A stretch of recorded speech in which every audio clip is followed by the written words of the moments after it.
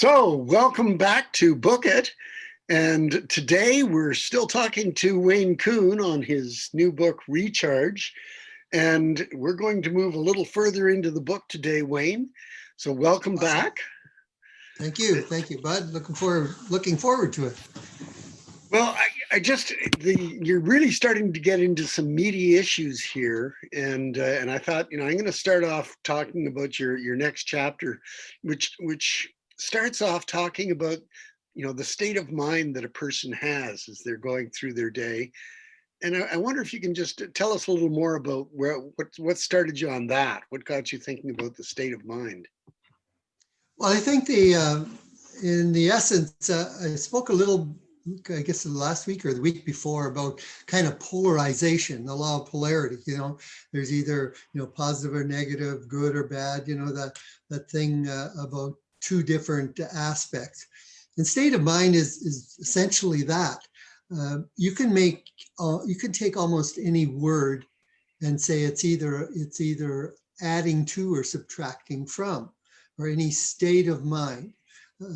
For example, if I say, I don't want to go to the store today, I'm not feeling very well.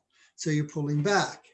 And say, oh, well, let's go out and play, play in the snow today, make a snowman. So you're moving forward.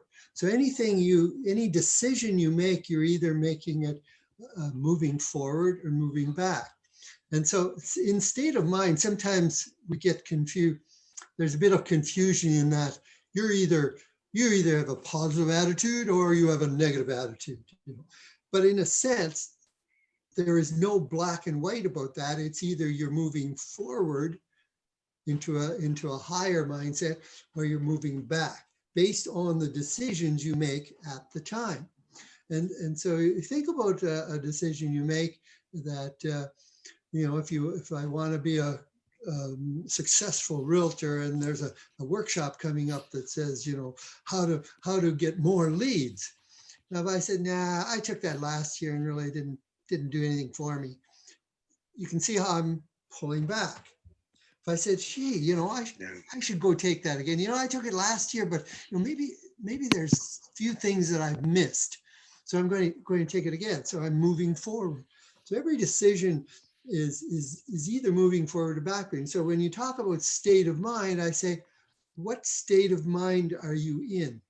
And always make an effort to move forward, because that's where the creativity is. That's where the positive energy is. That's where the growth is. You never learn anything by saying, nah, that's not mine. That's not me. No, I can't do that. I'd be silly doing that. Bud would laugh at me. That creates like an air of non-growth. So I don't know if that helps you answer that question. It really does, and what gets me to thinking about that is if you're into an area of non-growth, one of the things I love in your book, you talk about how to shift your thoughts. And I wonder if you could expand on that a little bit. How do you go about getting somebody, or getting yourself even, to shift your thoughts to a better state of mind? Mm-hmm. It's interesting. I equate I look at my mind as almost like a muscle, where, like, if you want to grow, strong biceps, you have to go to the gym every day and work out, and work out. And I believe the mind is very similar in that this is something that we're working on constantly, and you want to constantly move towards that shifting.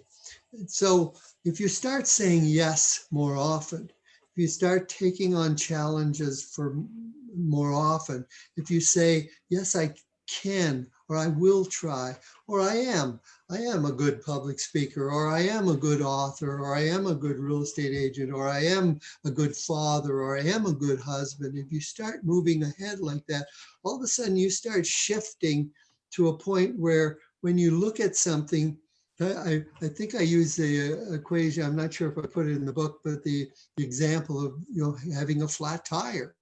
When you go out to your car in the morning, the tire's flat, and you go,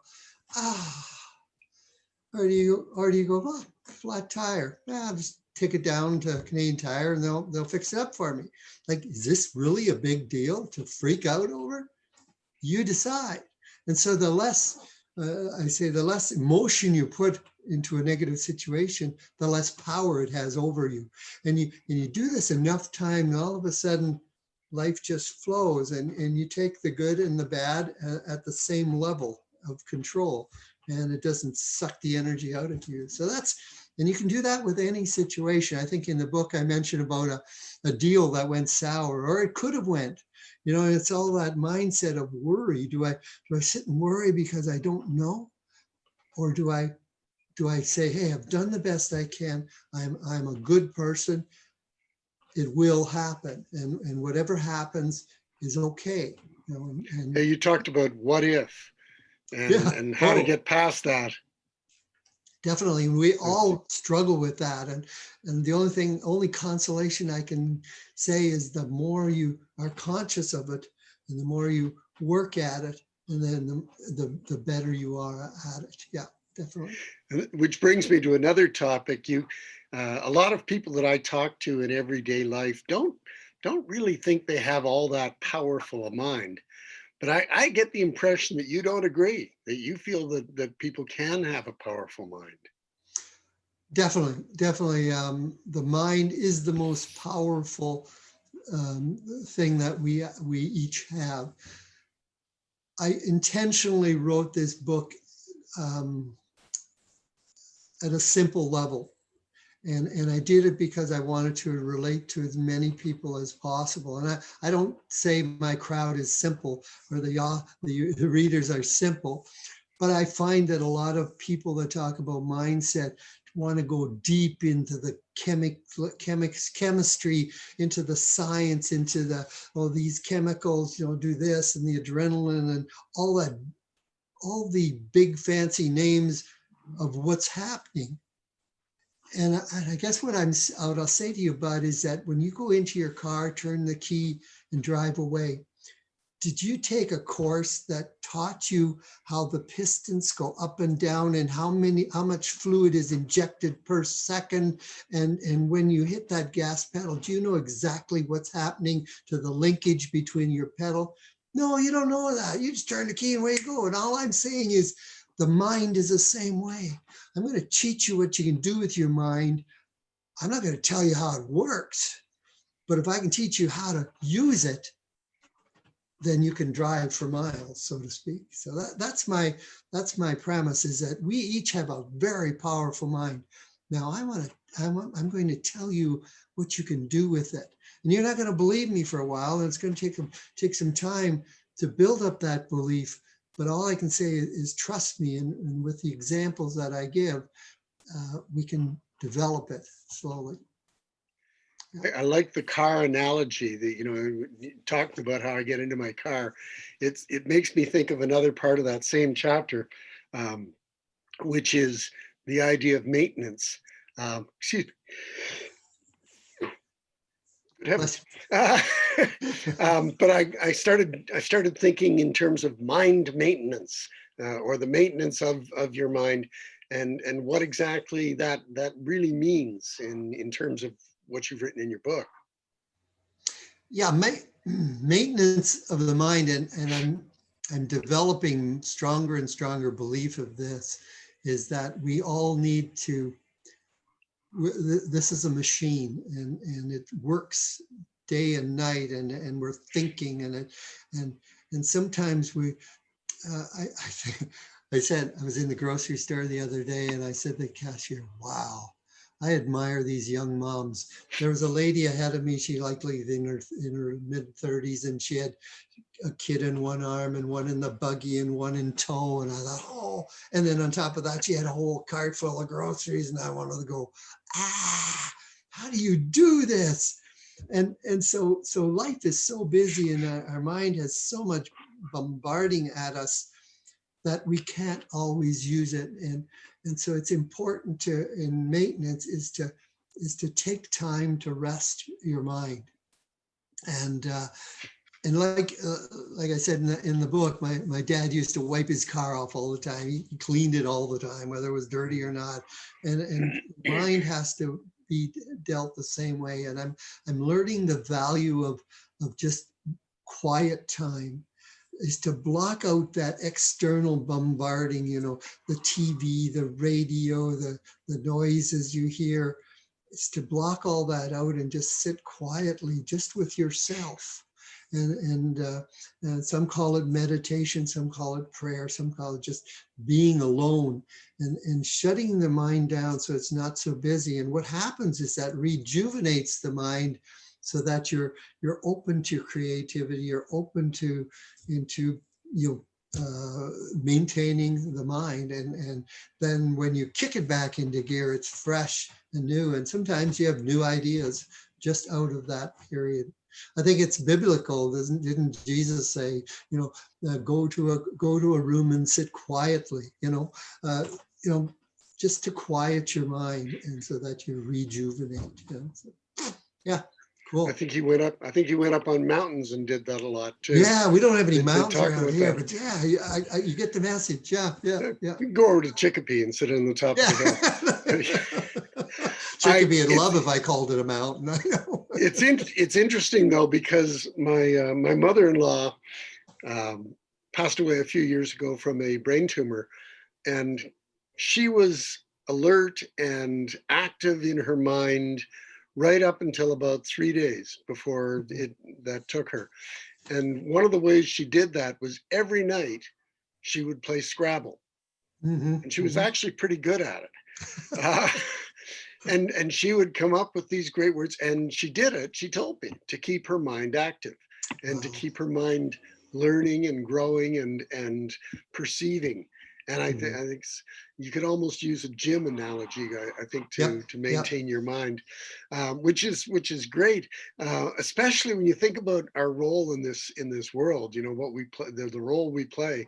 I think it was Shakespeare who said, "All the world's a stage, and all the men and women merely players." And you actually go into that in that chapter in your book, and you talk about what role you're going to take on. Could you expand on that a little bit?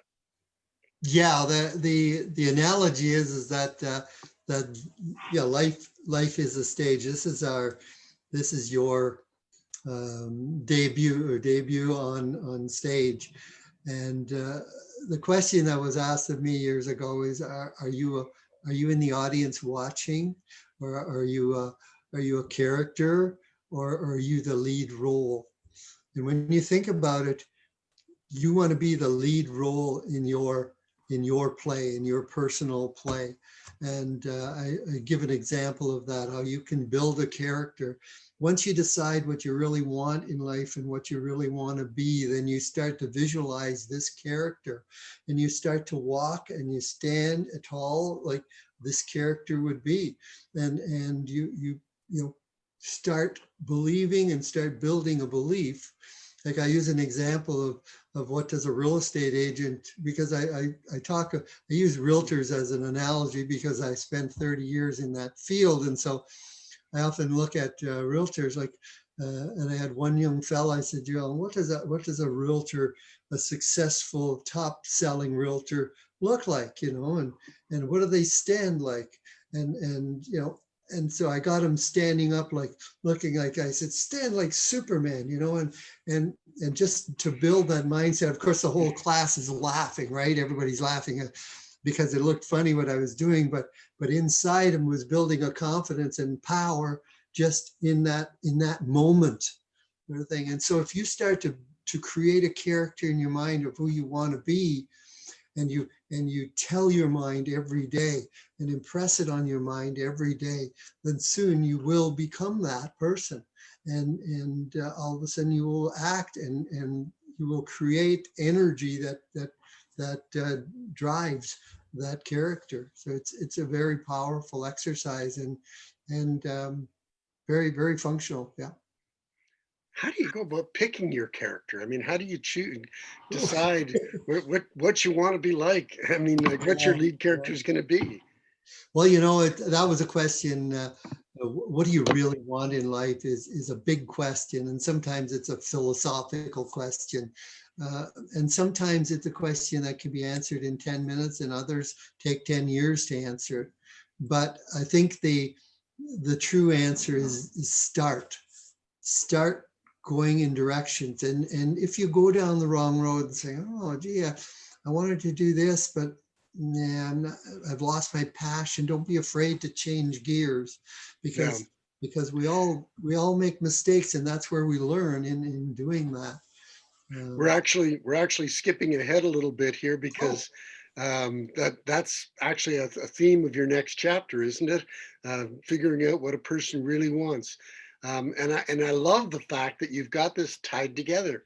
That chapter 5, which is about your mindset, actually flows into chapter 6, which we're going to talk about in our next episode.